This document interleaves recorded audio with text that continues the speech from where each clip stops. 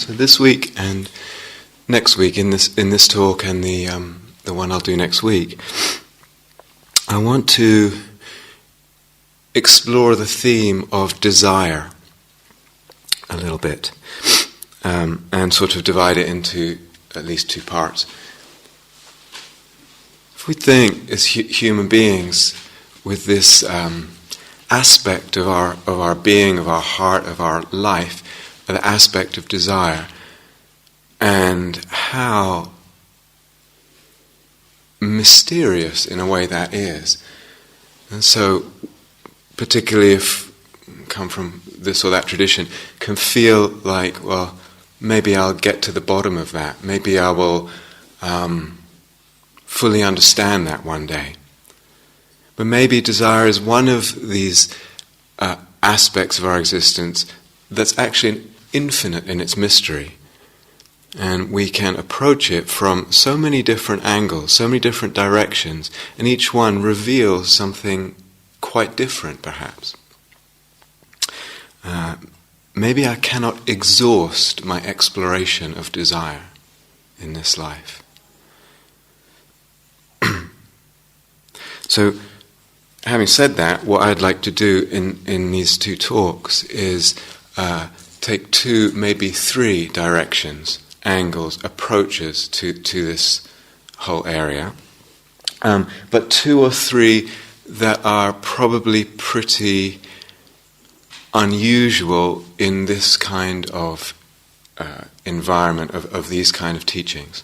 So not the ones we would usually perhaps talk about, or that I may have talked about in the past in relation to desire. So a little bit of different directions, and also, for me, different ways of teaching, different styles of teaching. So I'd like to do things differently, come at it differently in a number of different ways. And partly, in terms of the teaching, what I really want to do is to question and open things up, rather than, as is usually the case when I teach, sort of plonk down and communicate conclusions. This is how it is.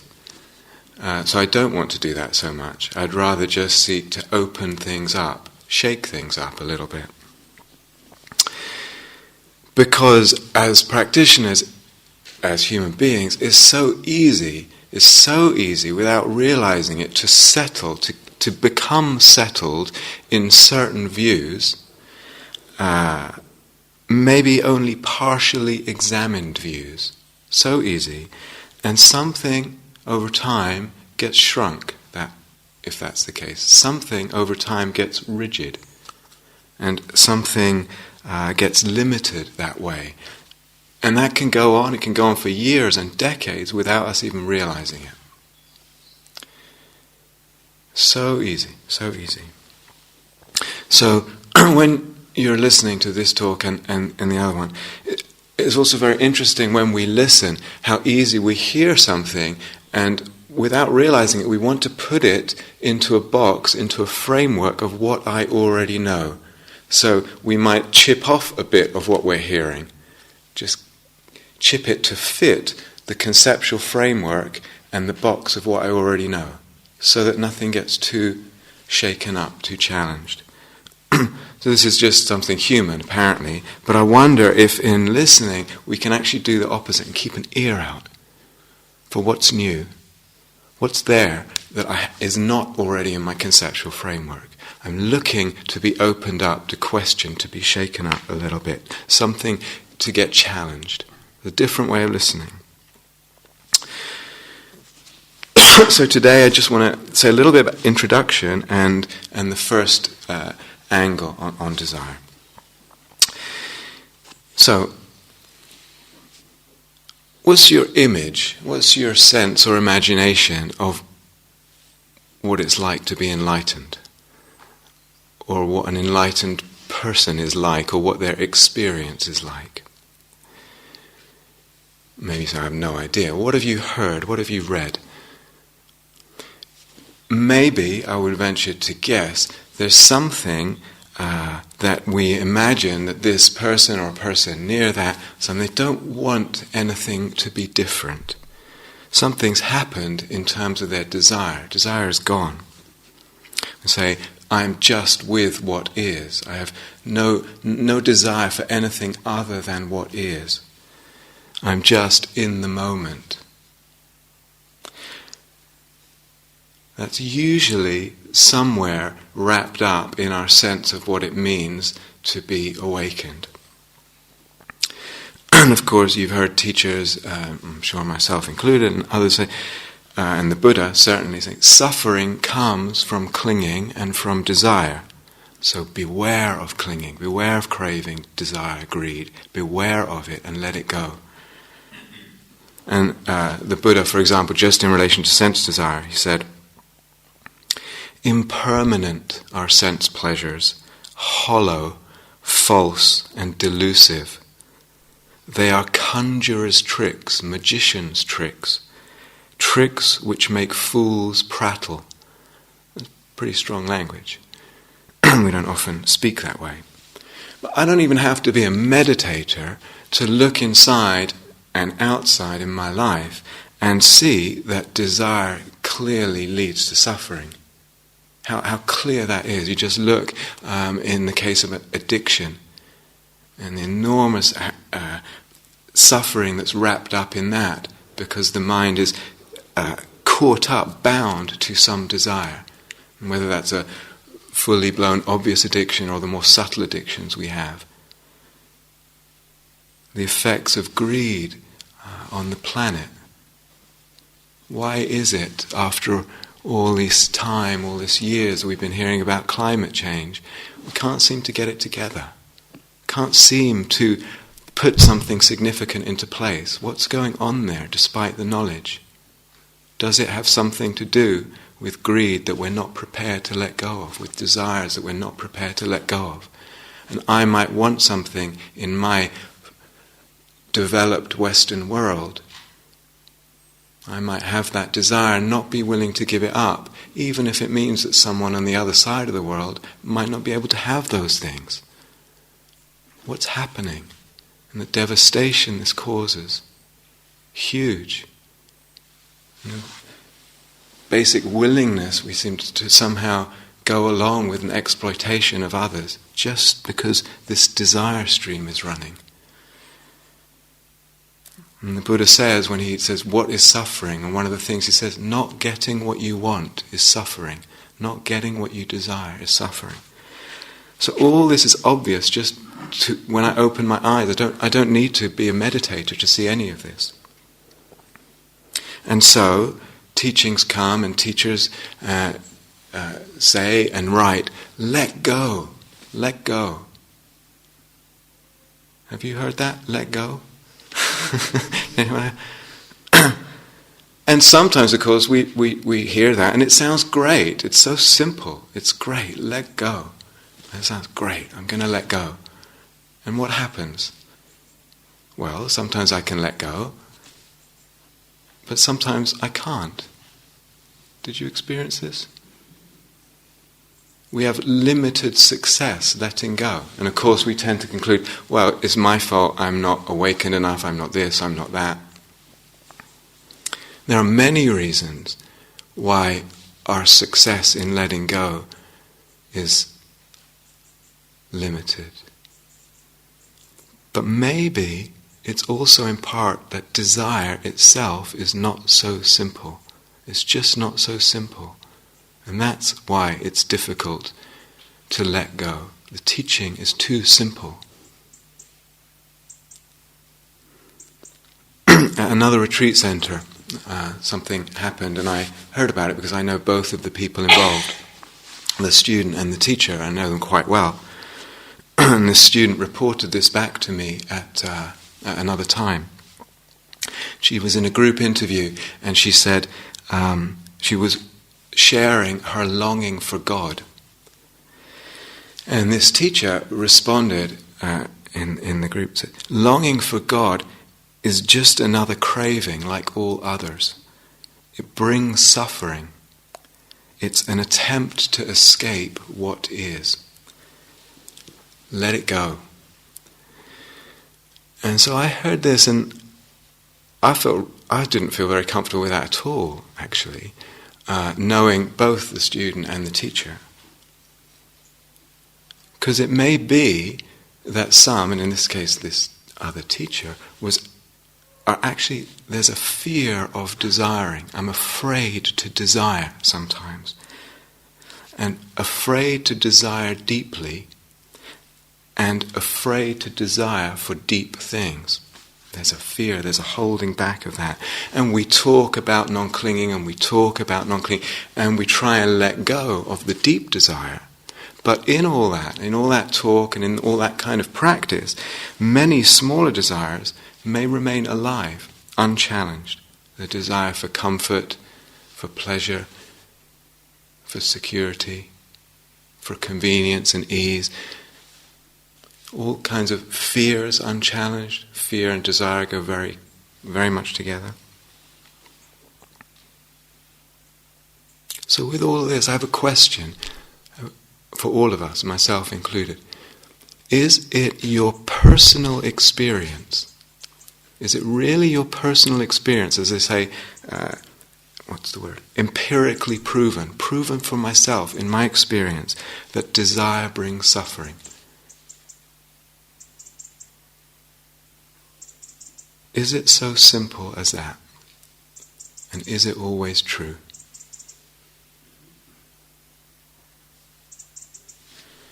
Might it also be true in your experience, if I look honestly, carefully, deeply, that sometimes the absence of desire, the non-acknowledgement of desire, the non-nourishing of desire brings suffering?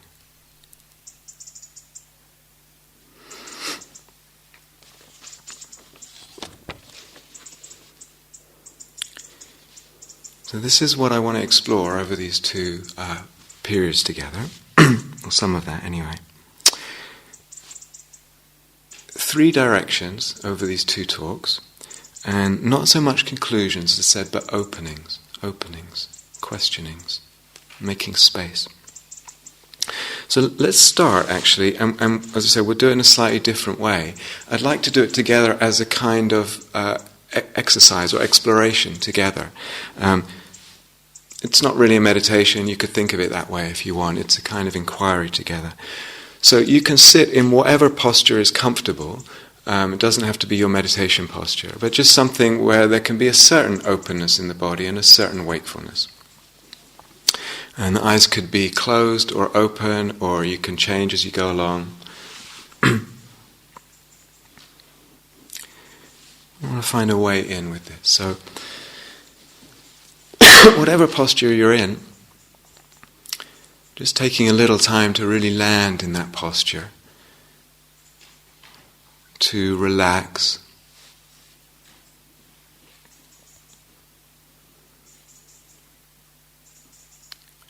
to find some ease in the body and in the moment.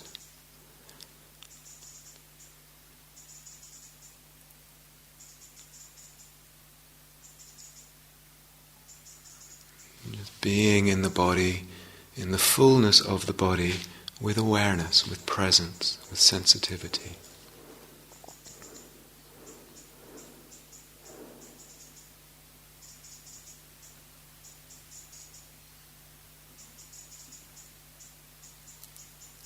And also, just as much as is possible, with kindness,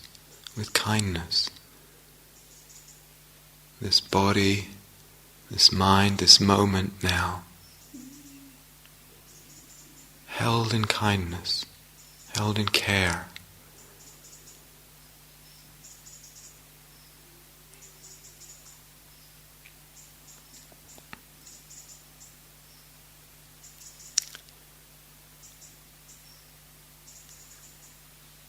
And seeing if it's possible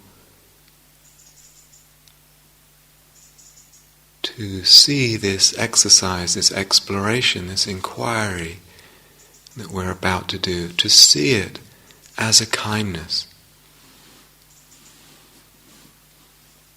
as a gift to ourselves. It's the only reason for doing something like this.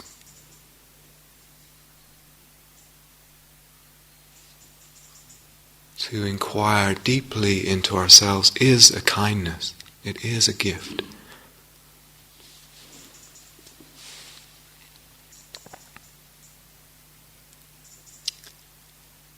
And as we go along, you can keep coming back to that orientation of kindness if it feels like it's helpful.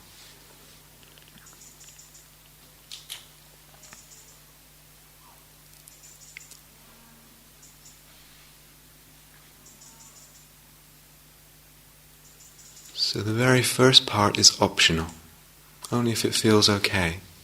And is it possible to imagine yourself, hopefully many years from now, on your deathbed?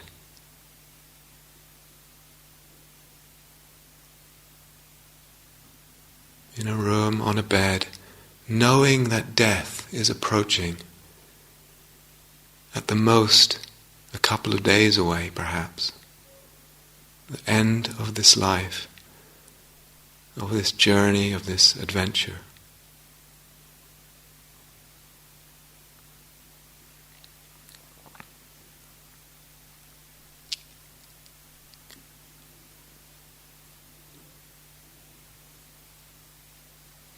But in this imagination, at this time that you're imagining, there's clarity and the ability to look back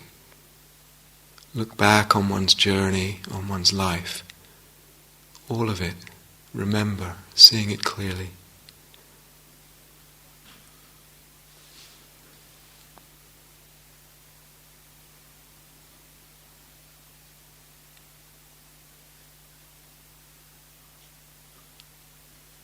So let's just pause there with that imagination, and notice how that feels in the heart, what the feeling response is.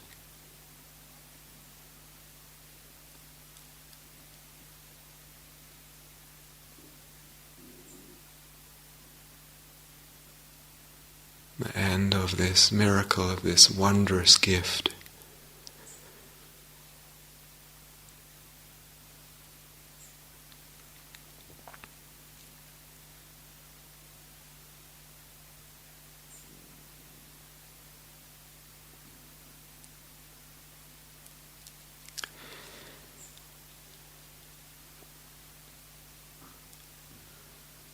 And then at the end of the life, with the clarity, or if you're doing it from this moment, from this perspective,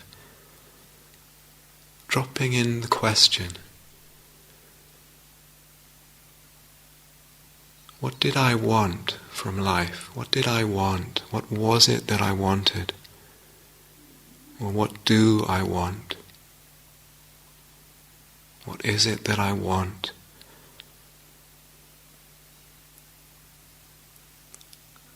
Dropping the question in and seeing what ripples from that, what responses.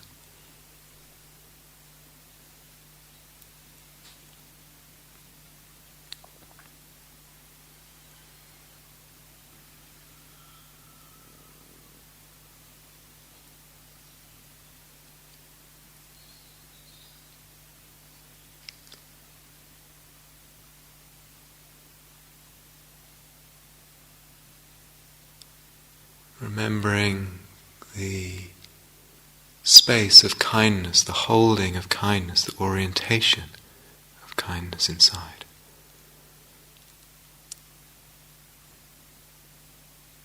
What is it that I wanted to move towards? That I want to move towards, to put my energies towards?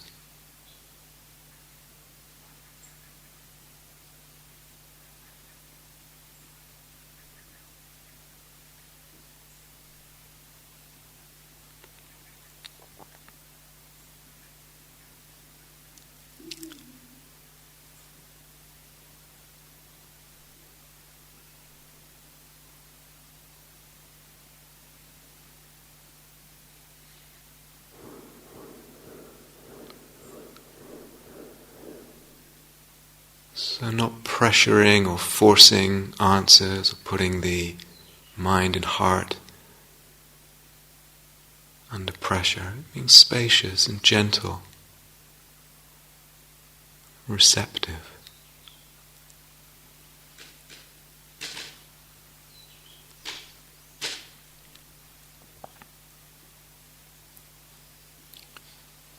We could turn the question around.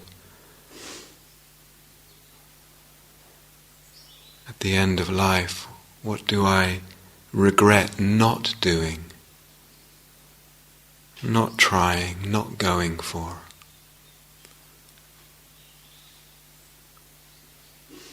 Or what would I regret not doing, not going for, not trying?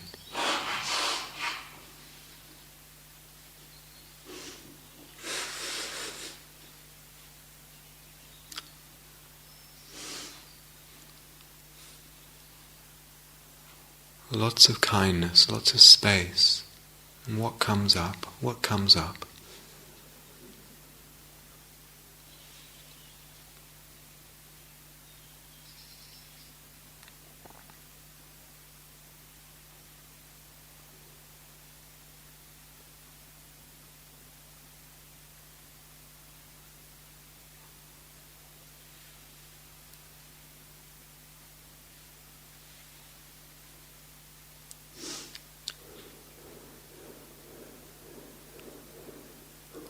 So noticing and allowing just as much as you can here of what is happening, what the inner responses are.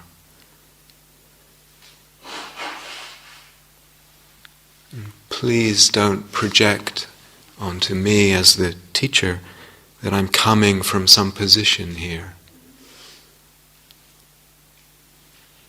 that there's a right or wrong or deep desires are better than superficial ones. None of that. It's just not true.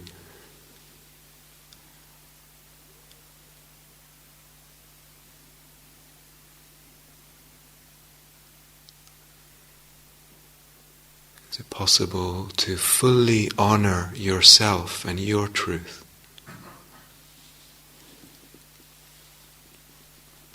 Your truths.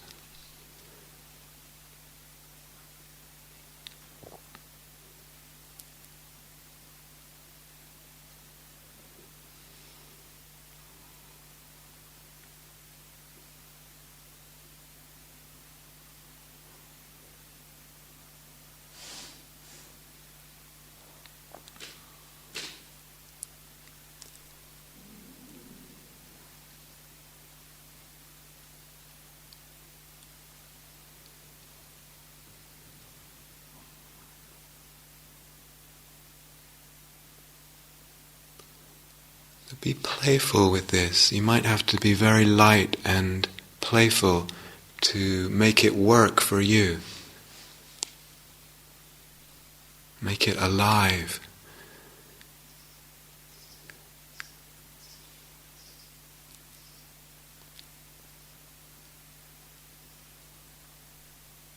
So permission to play.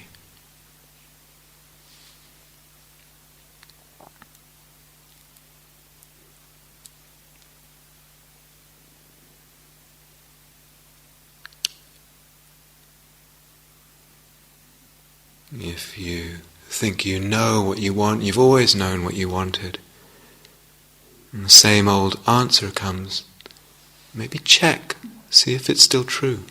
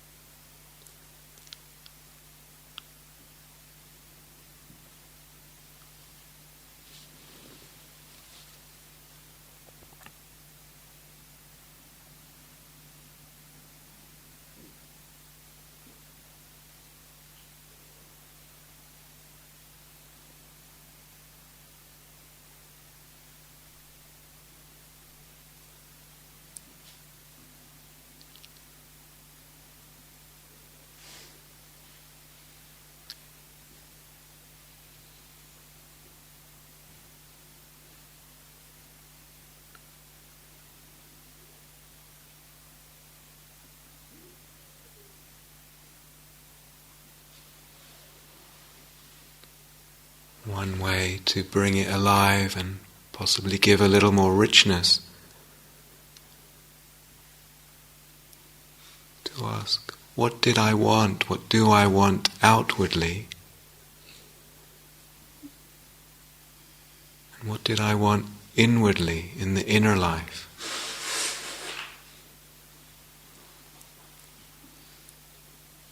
Does that open things up a little bit?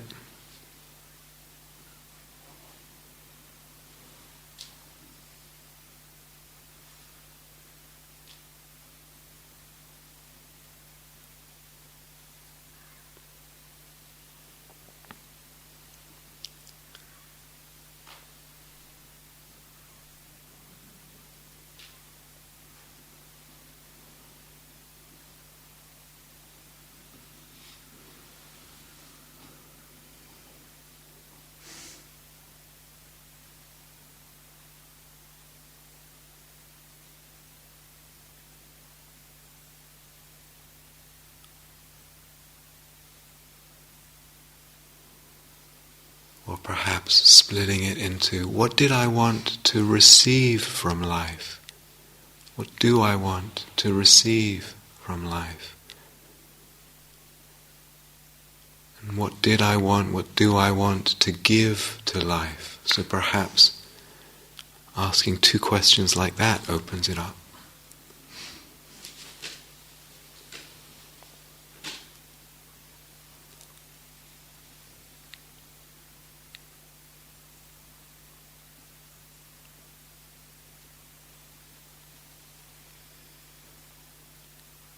Caring for the heart with these questions, caring for the responses,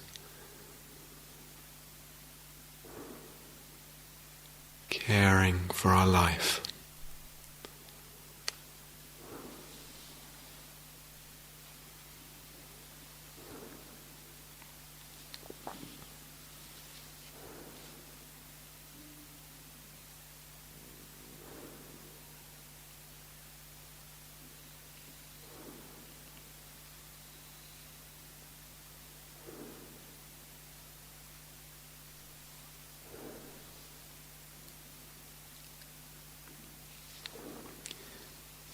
So noticing, is it one thing that comes up that I desire? Or a few things? Or many things?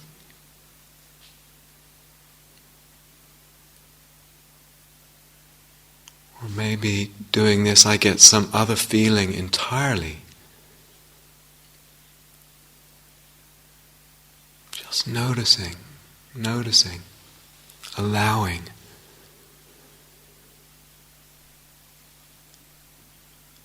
And noticing how you're relating to what's happening and what's coming up.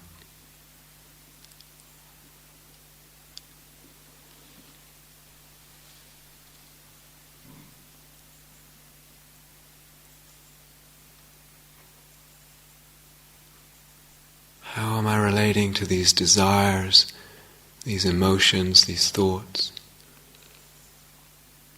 Just noticing.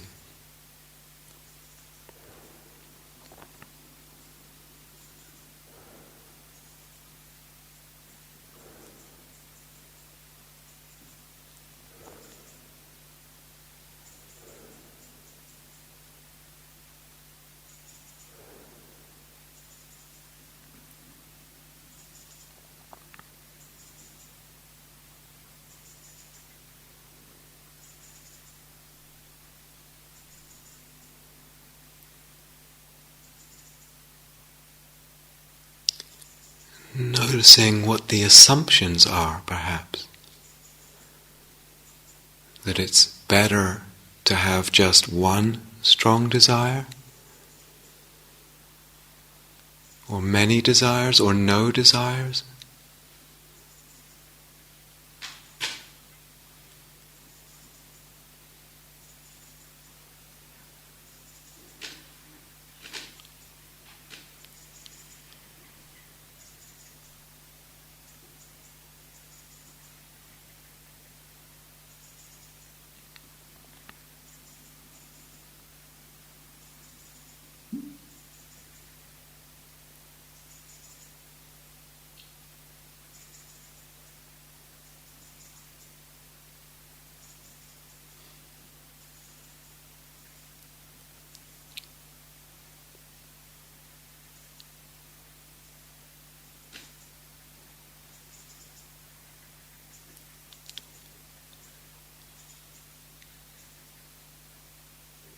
If there are many, do some desires feel more important than others?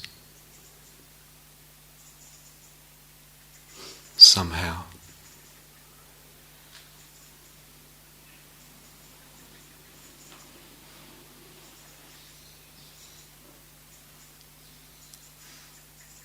Can you feel into them?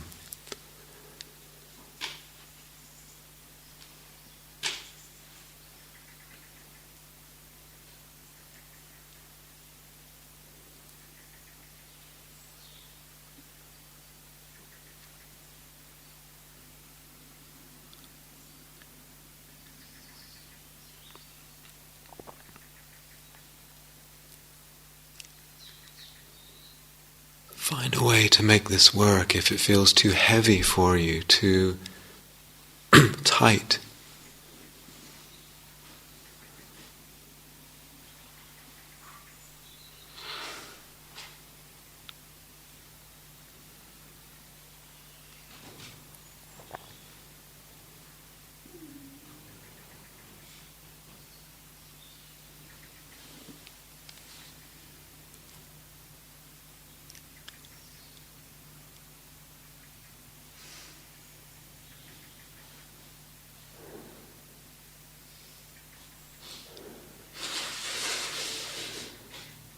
How does the body feel with a desire, or this particular desire? How does it feel in the body? What does it feel like?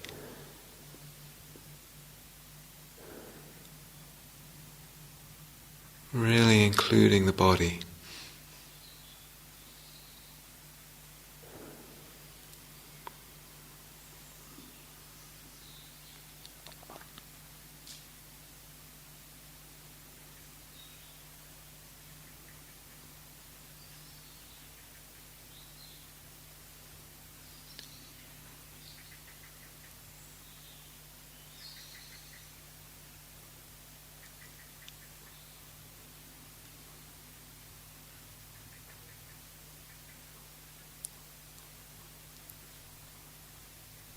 Noticing, allowing whatever comes up.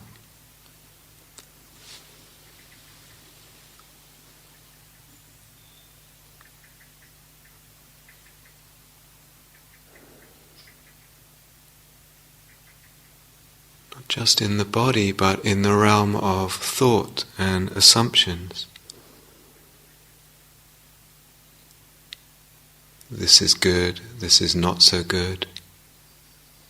This is right, that's wrong.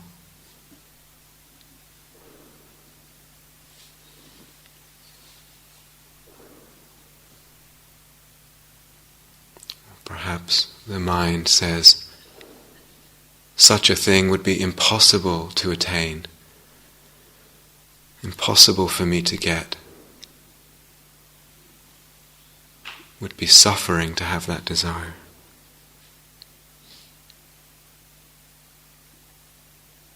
Or the mind might say, I could never get that. There's no point wanting it.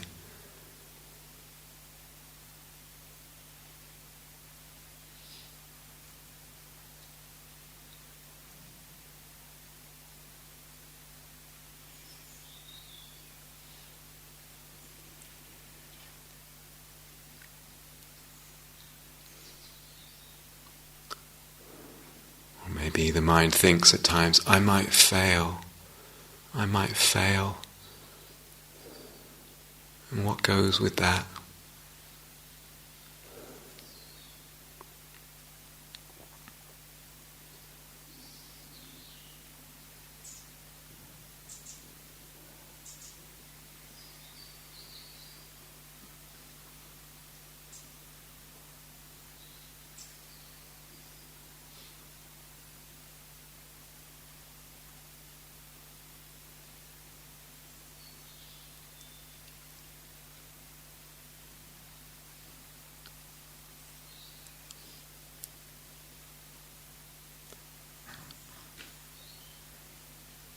Maybe sometimes there's the voice in the mind, I don't deserve that.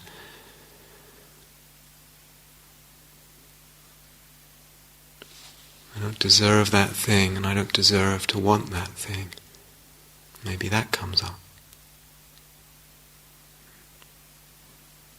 Maybe a fear of desiring.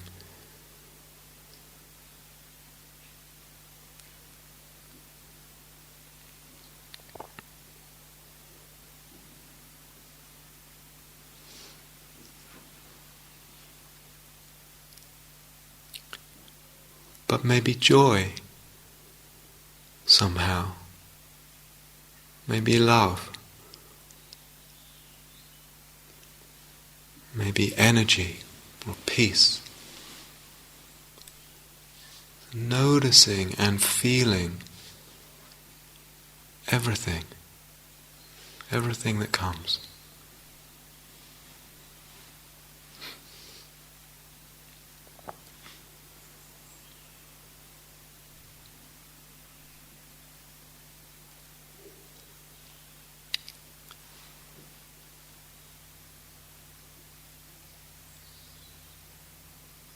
Caring connection with ourselves through questioning, through listening.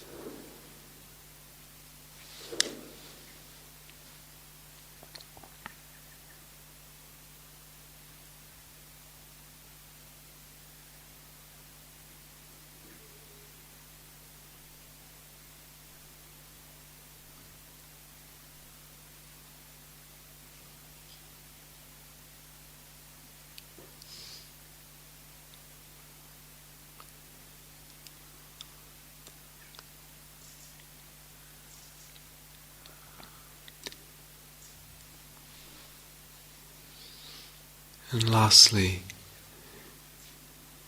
in relation to any desire that's there, does it feel important that you reach that or get that?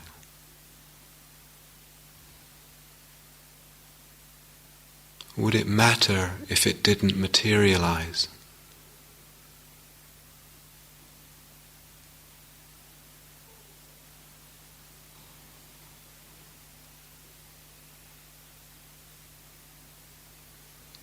Or would it be enough just to give yourself to it fully?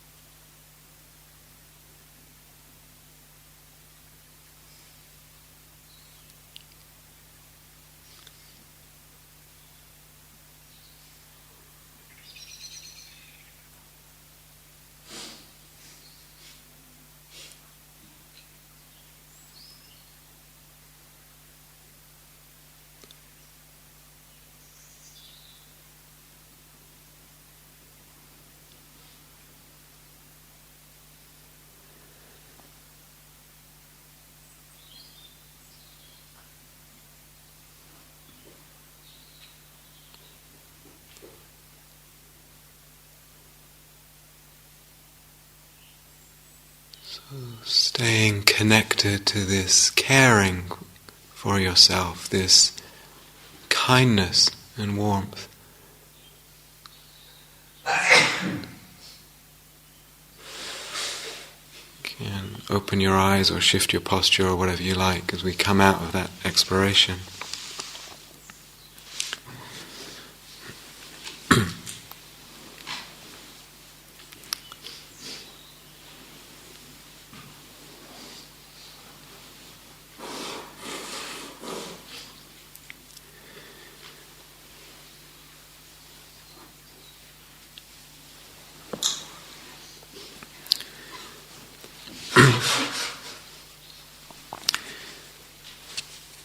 So, if the situation were different and we had more time and it wasn't a long solitary retreat, it would be very lovely and very interesting also to just hear a little bit how that was and the different things that can unfold or be realized, experienced.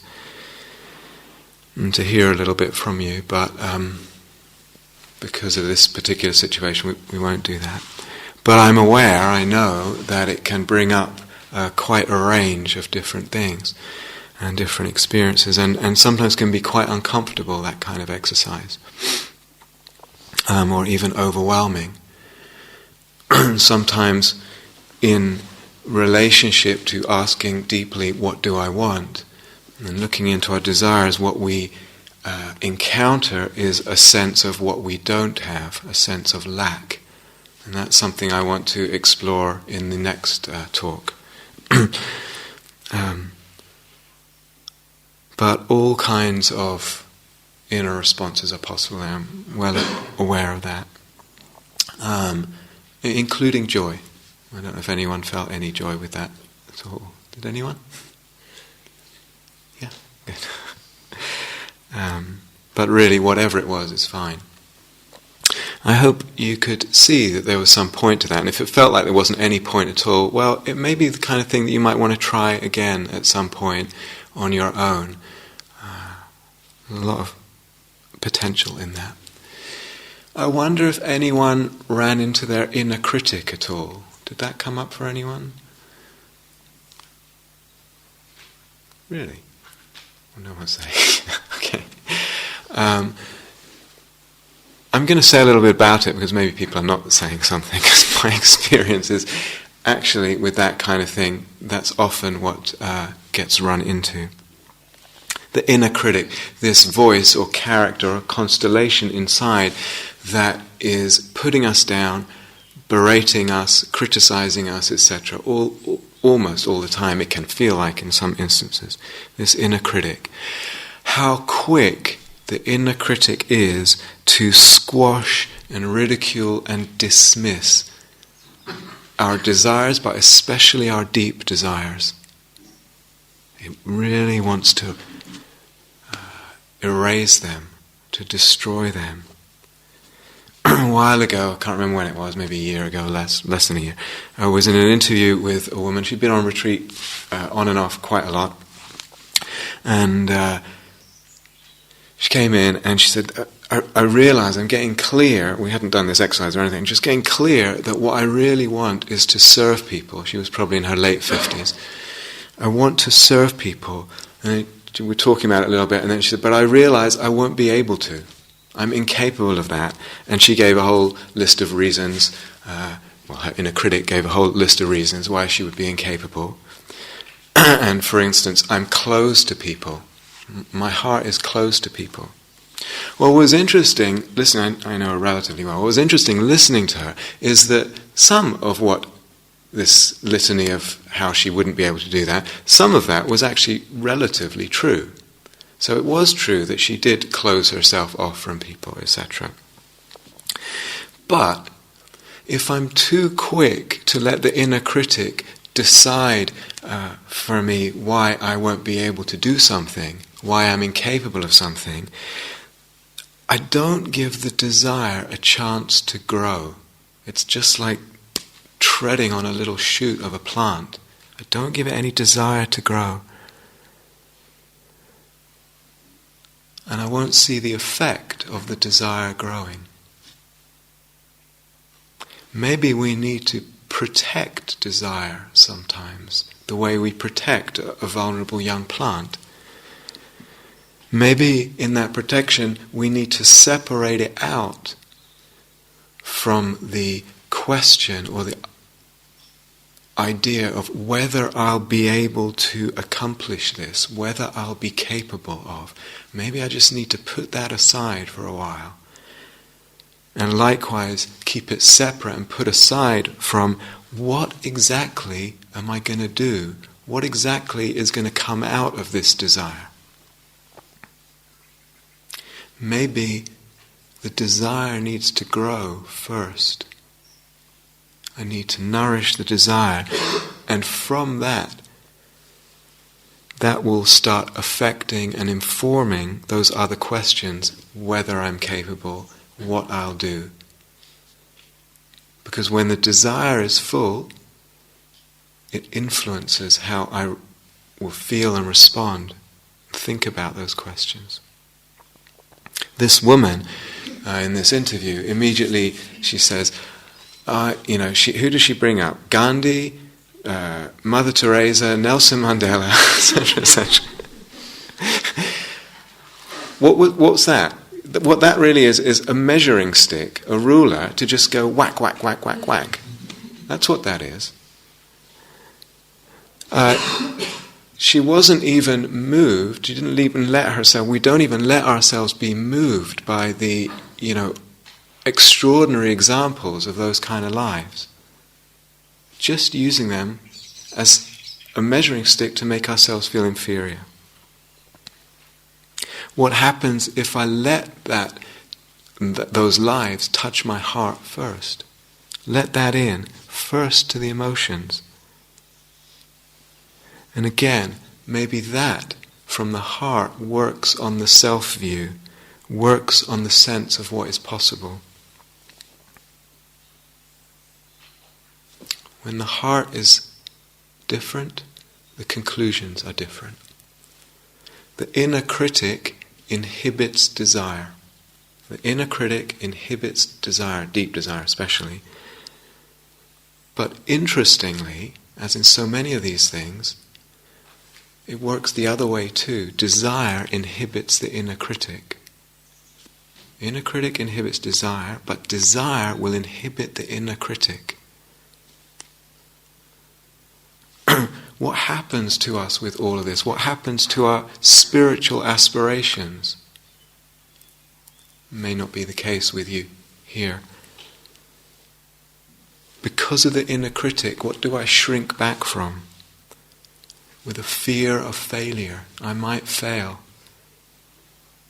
And so often people say, I don't want to do such and such a practice or such and such a thing in meditation or whatever because I might fail. Well, what does it mean? What would it mean? What would I take it to mean if I failed? What would I take it to imply if I failed? Maybe it's okay if the fear of failure is there. What's the relationship with that fear?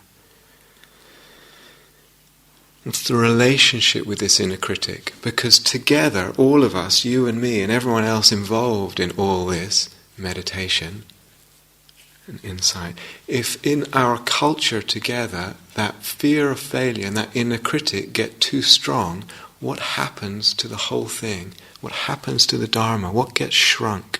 What gets left out? So easily in our life we shrink back our life energy, we hold back our libido, our eros, our love.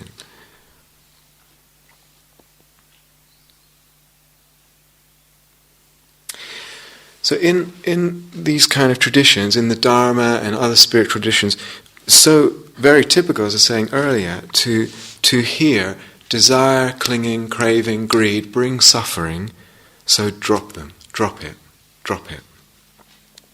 And let's just explore this a little bit, because obviously there's a lot of wisdom there. Can you look back at the past, at something in the past, some instance of something you really wanted, or someone, a person, a relationship, a house, a car, a job, whatever it was. Something I really want this thing. And you didn't get it. And a little time goes by, and then it kind of feels okay. It's fine. Did you ever have that experience? Of course you did. It was fine. I'll give you a really silly example. There's a reason I'm giving it. When I think I was 19 or 20 when I started meditation, and I had heard about this book after a little while. I heard about this ancient text from India, and And I really, really wanted to get hold of this text. I thought it was going to have something for me in it about the meditation, etc. And I looked for it. I was living in England. And I looked for it everywhere. I couldn't find it. No one knew where to get it. And then I moved to the States, and I was living in Boston. The same thing.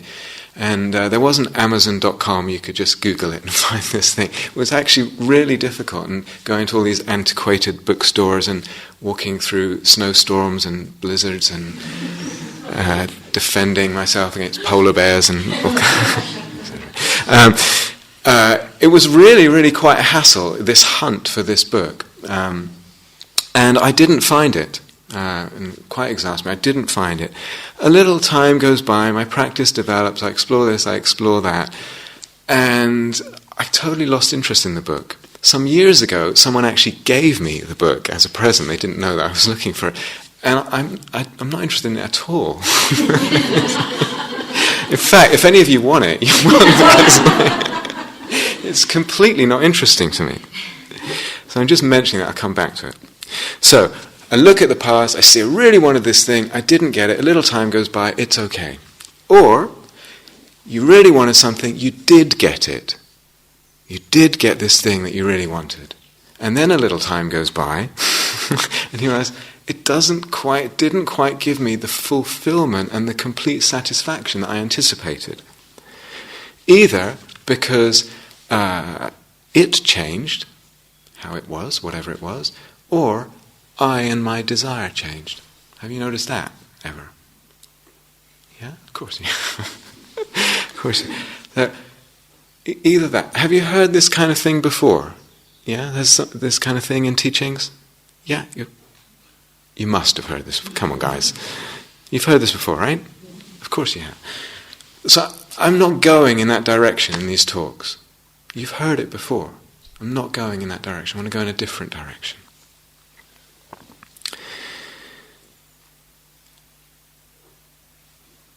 That book, what was all that about? What was all that about? It wasn't the book that I wanted, this thing that I could hold in my hand. It wasn't a book. The book was actually, I wanted it because a large section of it was about what's called jhana. Some of you know this word, about deep states of meditative absorption and bliss and stuff like that. That's why I wanted the book. Because I wanted the jhanas. I wanted to explore that. But it wasn't even the bliss that I wanted. It wasn't the bliss that I wanted. If I look back and say, what was I wanting? It was the deepening of consciousness. I was hungry to explore the inner realms and to discover something inside. That's what I wanted. But I have a question with all that and all that hassle that I gave myself looking for it and clinging to something. And you might come up with your own example here. But the question is, in trying to follow a desire and actually getting attached to a desire, is it possible that actually through that something is being carved out in the heart, some space, some capacity, some depth that brings with it as a fruit, as fruits, energy into the life, into the being? Hanging on in that way through all the hassle may bring energy into my life, into my heart, may bring a quality of determination, may bring devotion in the heart, may bring inner power. I don't mean power over someone else, inner power.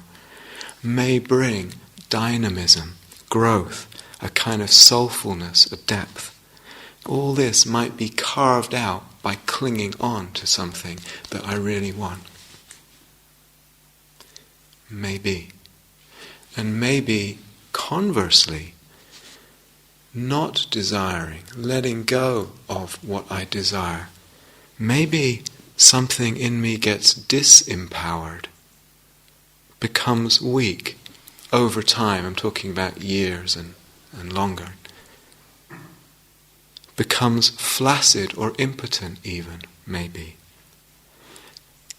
Especially if I'm not desiring because there's fear of desire. Especially then, something will get disempowered in the being, grow weak, grow empty. if it's coming from fear of desire or fear of desiring deep things. For example, love. So maybe I think, all right, should I follow everything? If I just follow superficial desires, that too will bring a weakening in my being. And you can look at this, you can see it sometimes in other people. You look at a person, you see they've over and over in their life, in lots of small ways, given in to the superficial desires. And what happens to the being, what happens to the soul, what happens to the heart and the mind after years and years of that? Something gets weakened, something loses something. What's the conclusion? Do I hang on to deep desires, let go of superficial ones? No conclusions today. Sometimes we hear teachings, and again it can sound great, let go of all desires, let go of all desires. That's my practice, to let go of all desires. Too simple, too unexamined. I can't, you can't, it's impossible. What will happen is subtle desires will remain. They'll remain unseen and ununderstood. Actually, I want to explore that as part of the next talk, how to go into this in a much more subtle way. Maybe there's always desire, and maybe that's how it should be, and that's okay. So even the Buddha, after his awakening, it was May in northern India, in the Ganges plain, and after his awakening, he desired to share his discoveries. And he walked, and if you look at the map, it's over 200 miles in that heat, so that he could share. And 45 years after that, and he says sometimes when he's giving a talk and he thinks, who here can understand? And with his psychic powers, who here can understand? And he would walk to different places seeking out those who could understand his desire.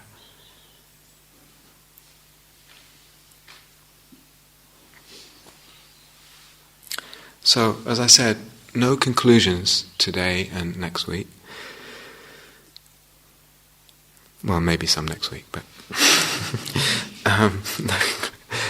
but maybe listening to all this, everyone in here has practiced for a while, and going right back to the beginning, how easy it is to get, without us even realizing it, trapped in certain views that we don't even realize it's going on for us. Don't even realize. It's just what I'm in. So we have to be careful, all of us, myself included, as practitioners, that the path we're on is not shrinking something in me. Not shrinking something in me that might be a blessing, that might be a gift.